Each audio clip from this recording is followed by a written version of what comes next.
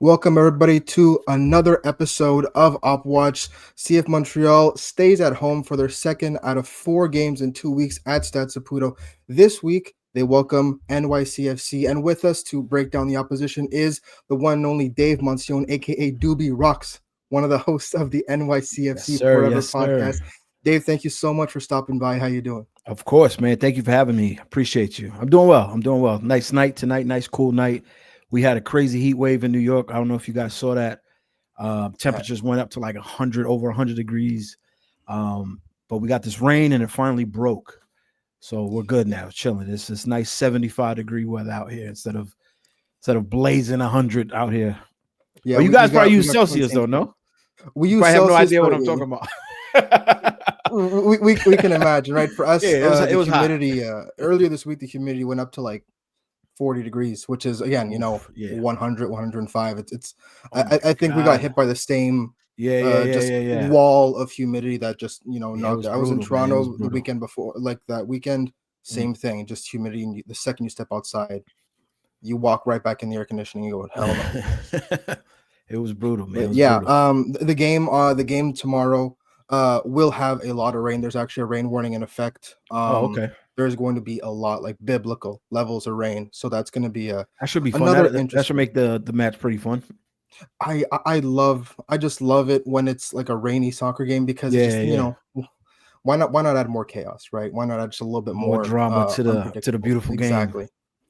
Let's hop right into it. NYCFC second this is the return leg. Now the first game, obviously, CF Montreal, not only CF Montreal's first ever win at Yankee Stadium, but their first win of the 2025 season.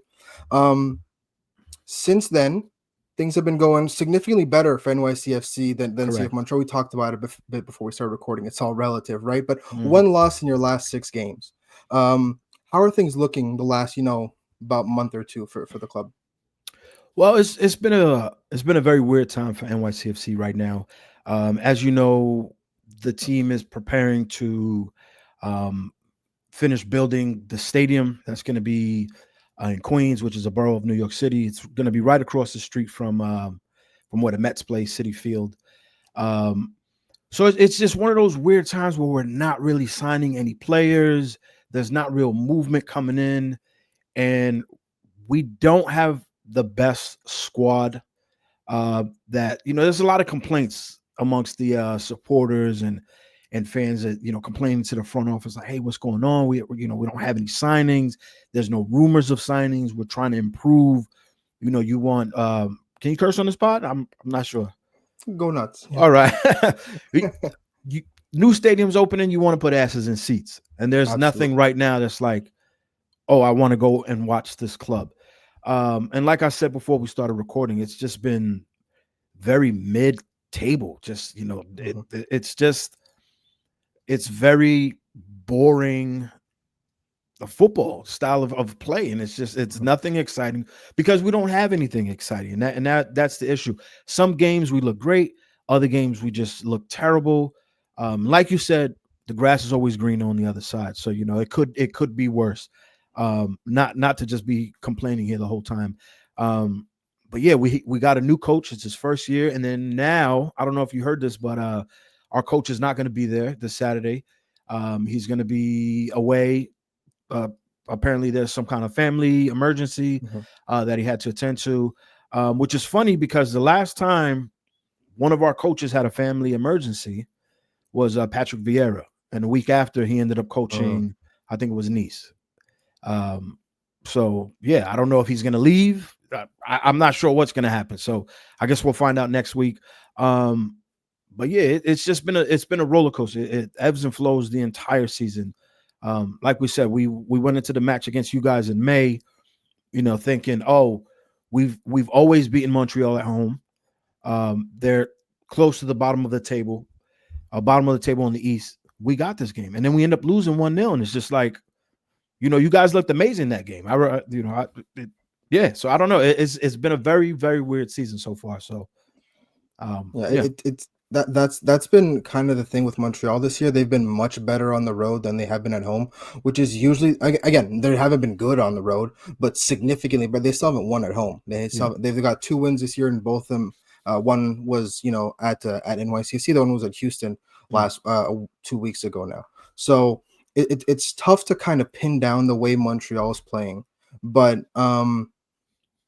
it's again, this is a team that consistently you were talking about, roster lineups and you maybe not necessarily being as good, but this is a team that's constantly forced to play above what their level is. And you Yeah. saw it last week against FC Cincinnati where, they didn't really have a terrible game, No. but they were playing at their level and they got completely played off the pitch.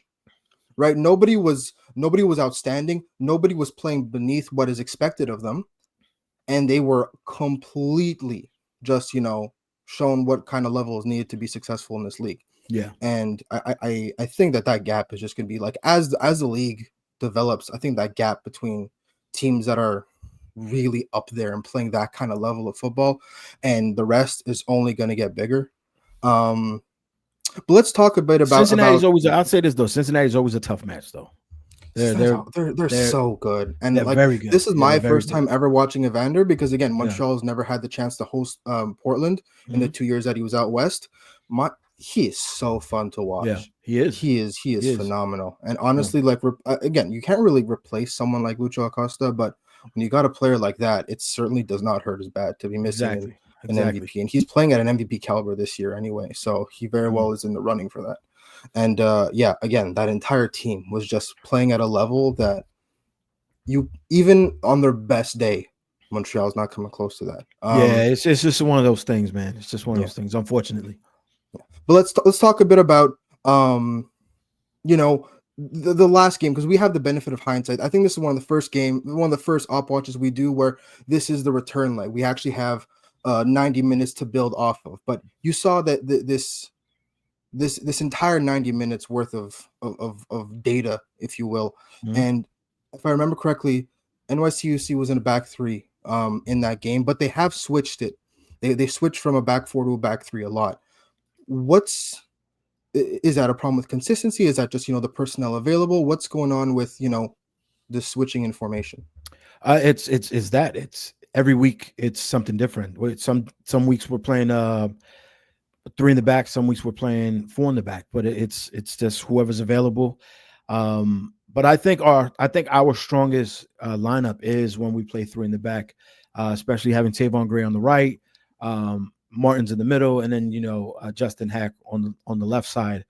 Um, we like to play with a double pivot just right above, so that Mhm. they're able to go up and down the wings and help out on that front. But yeah, exactly like you said, it's a consistency thing. Our lineup is constantly different, week to week. It's never the same. There's been a few weeks where you saw very very similar lineups, maybe one or two people out, but for the most part, yeah, it's just constantly changing. Um, but that's the thing with our head coach. He likes to switch things out when he sees things aren't going his Mhm. way. He likes to switch things out. And the other thing too is he likes to play younger players. So he's giving a lot of the younger players chances. For example, Johnny Shore. He's one of our academy kids, who's actually has a starting position right now, and so he's been playing. And it's one of those things where our previous coach would never give a kid like that a chance. Um, so yeah, that's a good thing on our part. But yeah, it's constantly changing. So for this week, I would say three in the back, but we talked about it too. There's international breaks, there's Yeah. injuries, so who knows who we'll see out there. Yeah, I think one of the few things that Montreal and New York have in common, both clubs have in common, is the fact that they're consistently among the youngest squads, just like overall average age in MLS. Again, I think this year both teams are in the top five for like the youngest like full squads in the league. Yeah. And honestly, I like that. I love giving academy kids a chance. I mean, this Oh is yeah, the whole absolutely. crux of Montreal's project, and is bringing in young talent, elevating young talent, and then getting them ready for the next level, whether it's Europe, national team stuff. But Mhm. I like that aspect. It's just sometimes you're not all that competitive. Yeah, But no, it's yeah, one of those things where it's like you don't have enough experience sometimes. Where you exactly. sometimes you need a veteran player out there No, if you go down a goal, or if the team decides to press, or they do something that they didn't Mhm. practice in practice, you want quick thinking players out there, and a lot of times you get that from the vets, and it's few and far between where you see that from a young academy player. So yeah, it's very hit or miss. Yeah. Let's hop into, previewing this game, right? This is a really important game for Montreal because, again, like I said, there's still no wins at home. This is a team that they've played before, a team that they know, and a team that they've actually beat. It's the only team in the East that they've actually beat, and they have a chance to sweep To the try to season do it series. again, yeah, sweep the season Yeah, series, exactly. yeah. You were talking a lot about how that double pivot and how important that double pivot is, and I think that's honestly one of the spots on the field where the game is going to be won and lost. Um, we know how good Max Morales is. We know how good and how important he is in that midfield. But how is he linking up, and has his role changed as the years have gone on with the club? And this year specifically, what's Patrick Janssen asking of him? He needs that leader. He's Mhm. basically that quarterback on the pitch. The issue with him, though, it's great that we have younger players, but Maxi's on the opposite side of that. Mhm. I think he just turned either 38 or 39. Really? So yeah, Jeez. he's an older player. His legs, he yeah, his speed obviously is not what it was, you know, 6 years ago, 5 years ago, but he's still a great player. He's still a fantastic player. And yeah, he's basically that quarterback on Mhm. our team. And we like to play the ball through him. We have a younger kid, Maximo Carizo, who plays the same position, the number 10 position. We've yet to kind of see that spot for spot switch between the two of them.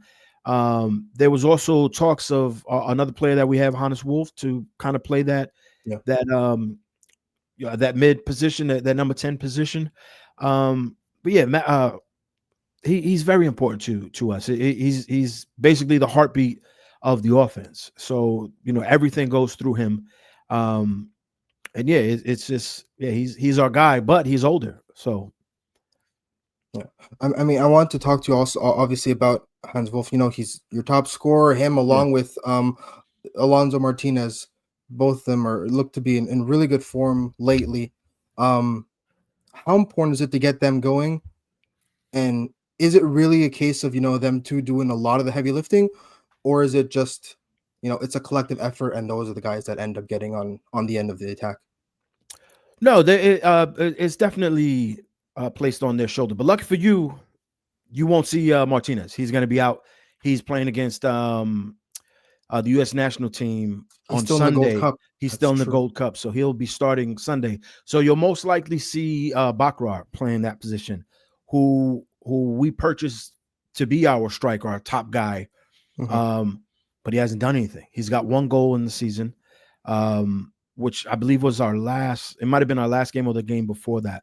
Um, but yeah, he's one of those strikers where as players, we don't expect him to score at all. He's one of those. He doesn't. You could give him an empty net and he won't finish. He's one of those type of players where it's like, listen, I Yeah. know I'm not in shape. I know I'm just a guy here talking in front with a mic, talking about the team that I love. But we criticize him on our podcast. We criticize him, and we have one of my other guys, Yusuf. Man, he cannot stand Bakra. He wants him off the team. He wants him out. So Really. lucky for you guys, he'll probably be starting. But Hannes Wolf will be there as well. And Hannes Wolf is that dude. He's like you said, our top Mhm. scorer. But yeah, between him and Martinez, Hannes Wolf and Martinez, they're lifting they're lifting Maxi on their back. They're making sure that everything's going the way that it needs to be going. And obviously they're the ones scoring goals. But yeah, it'll only just be one of them. So you guys might get lucky this weekend. Yeah, I know Prince Owusu gave you guys a hard time last Oh game, but yeah, he's kind very, of been very, very much. That's why I asked if he was playing this weekend. he's kind of in a similar position though. I mean, he's been doing better lately. He's finally, he's starting to get his groove back a little bit. Yeah. But at the beginning of the season, he could not buy a goal. Mm. And it's one of those things where strikers, if they're not feeling confident, they take too many touches, they second Yeah, guess yeah, it. So yeah. it's all Yep. that stuff, right? And he was like, there was just like, if I had a nickel for every single time, he was in a position to shoot or make a pass, and he just, Yeah, that split it's just second where you don't something. have Yeah, that just confidence. yep. It's the confidence, man. They lose it, and Exactly. Baccarat is the same way, man. Yeah. Well, hopefully, Montreal doesn't really act as a slump buster and get him going just the way that, New York did for Owusu, because that really was the turning point for him. Since that game in New York, he's looked a lot more, he's looked livelier, he's looked more engaged. And, really, sometimes it really is just one game where just, it Hey, that's all it unblocks and takes. That's all and it you're takes. feeling good. On the subject of Martinez not being there, I did want to talk to you about the lineup and not just the lineup, but available players. So you guys did not play on the midweek. You guys have had, a decent amount of rest. Correct. Montreal, on the other hand, we spoke a bit about this. Montreal is going to miss as many as 10 players this Oh this this wow. weekend. They were already missing 7 through international break and injury.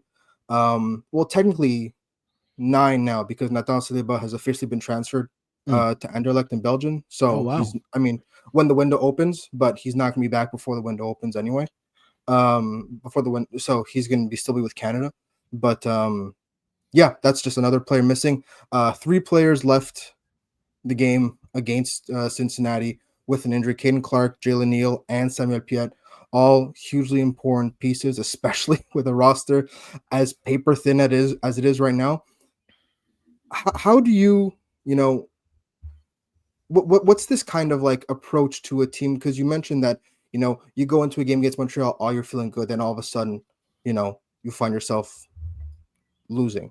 Yeah. Do you feel like there's still a danger of that happening, or is it really just like a different team we're going in and we're here to set the tone?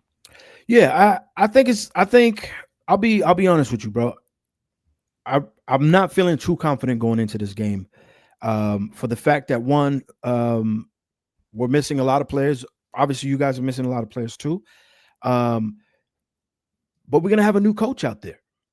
You Hmm. know, it will have Mehdi Bellucci which I believe will be this might be his first game as a head coach. I don't think I think he went from player to assistant coach. I don't think Okay. he's coached of the first team on any capacity. So it'll be interesting to see how he lines up, who he chooses, what he sees, what they're seeing in practice. Obviously, we won't have Matt Freeze, our goalkeeper. He's now the number 1 goalkeeper for the U.S. men's national team. We won't have Martinez. He'll be out playing for Costa Rica. So yeah, who knows how he'll line up? Maybe he'll line up safe and he'll do like a 4-4-2 or 4-3-3. Like I don't know. I don't know what's going to happen tomorrow because I haven't seen what Mehdi Bellucci has done before. So it's Hmm. a very difficult question to answer. If Pascal was here, I would say it'd probably be a very similar lineup to what we Hmm. have been seeing the last couple weeks. But yeah, I honestly can't give you that answer because I don't Yeah. know how Mehdi Bellucci is going to line up. So with that, I think I'm gonna hope and pray for a tie. Hmm. If we win, great on us. But yeah, this I'm thinking Montreal might take the double on us, man. I think you guys take both games. Well, hopefully that gets manifested. But again, here's another parallel. Marco Donadel was suspended for an accumulation of yellow cards. Oh We just man, had a coach on Wednesday have his head coaching debut for the first time yeah, ever. So again, I understand what that feeling is yeah, like. yeah. Will he be The head back coach on was on Saturday? he'll be Will he? back. So Okay, okay, it's a yellow card accumulation. So okay. you serve it one game and then you're One done. game suspension. But Okay. yeah, parallels are everywhere. Yeah, that's what I'm saying. It's what do you do in that situation? It's very difficult, especially since You I've never let seen him. that in, and then you just Yeah. yell from the box. But we talked a bit about the midfield. Besides the midfield, going into this game, what's an area, either a matchup that you like or an area of the pitch that you really think NYCFC has to exploit if they are going to get a win or get a good result?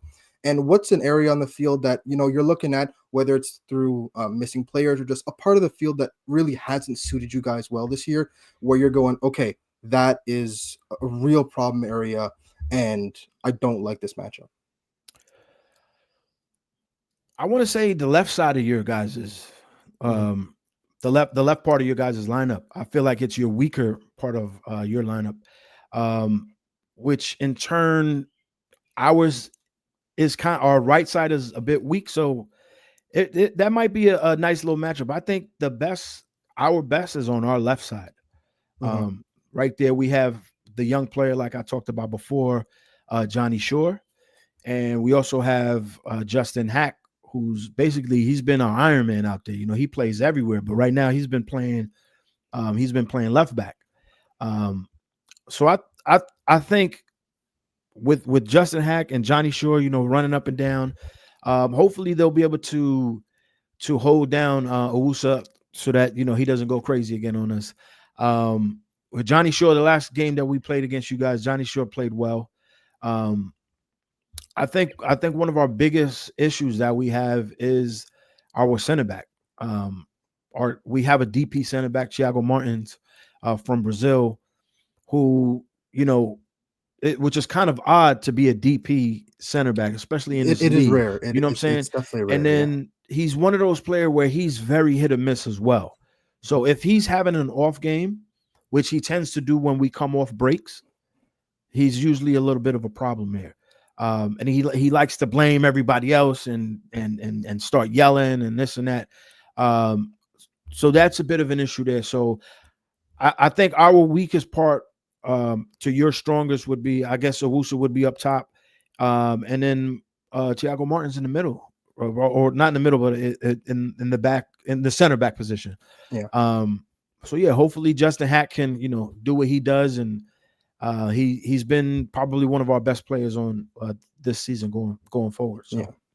I mean that left side, right side, it's kind of the same for Montreal. Yeah. I mean, Luca Petrasso at left back has been playing, fairly well, but left wing has been, it's been a Ferris wheel of just different players either injured or not performing well it's enough. us too. It's exactly the same. It's a great litmus test for how the team's going to end up doing. If the left side is moving and it's going well, you're like, okay, maybe they've got something. If it's not, then you see how quickly they just navigate everything to the right side of the field where they've got some creativity going, and it's just it's kind of put it on the right side and pray.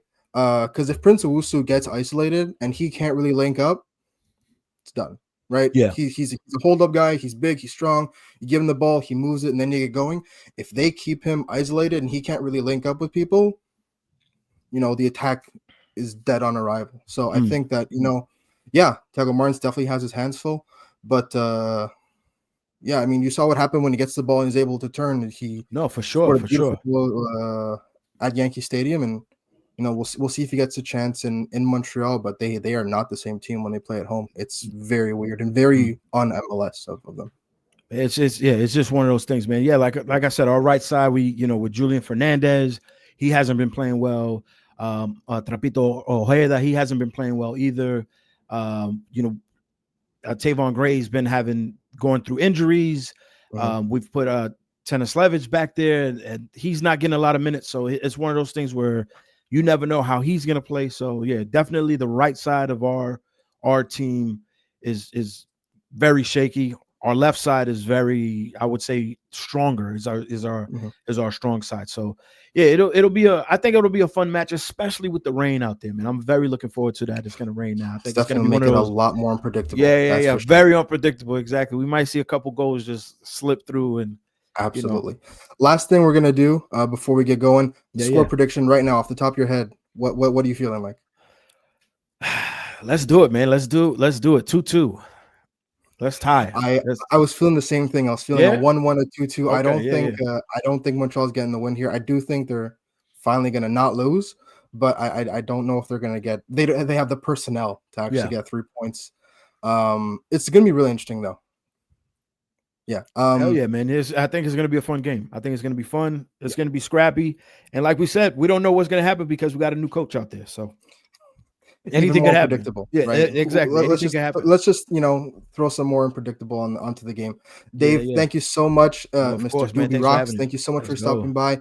Let the good people of Montreal and Canada know what you got going on. What kind of projects are you working on? We have a lot of projects going on. Yusuf is our photographer. He's always taking pictures of the culture of football, especially on the pitch, off the pitch. I'm a video producer myself. I got a lot of projects that I'm working on. I'm currently working on a documentary about our MLS Cup Championship 2021. That should be releasing soon. I'm trying to release it this summer. But other than that, you can find all of us on Instagram at NYCFC Forever Pod, and you can find us on YouTube as well with the same name. And yeah, hit us up, man. Yeah, we love to be tagged on any reels that you guys post on about this. So hopefully we get the win. If not, let's get a tie so that we both can enjoy it.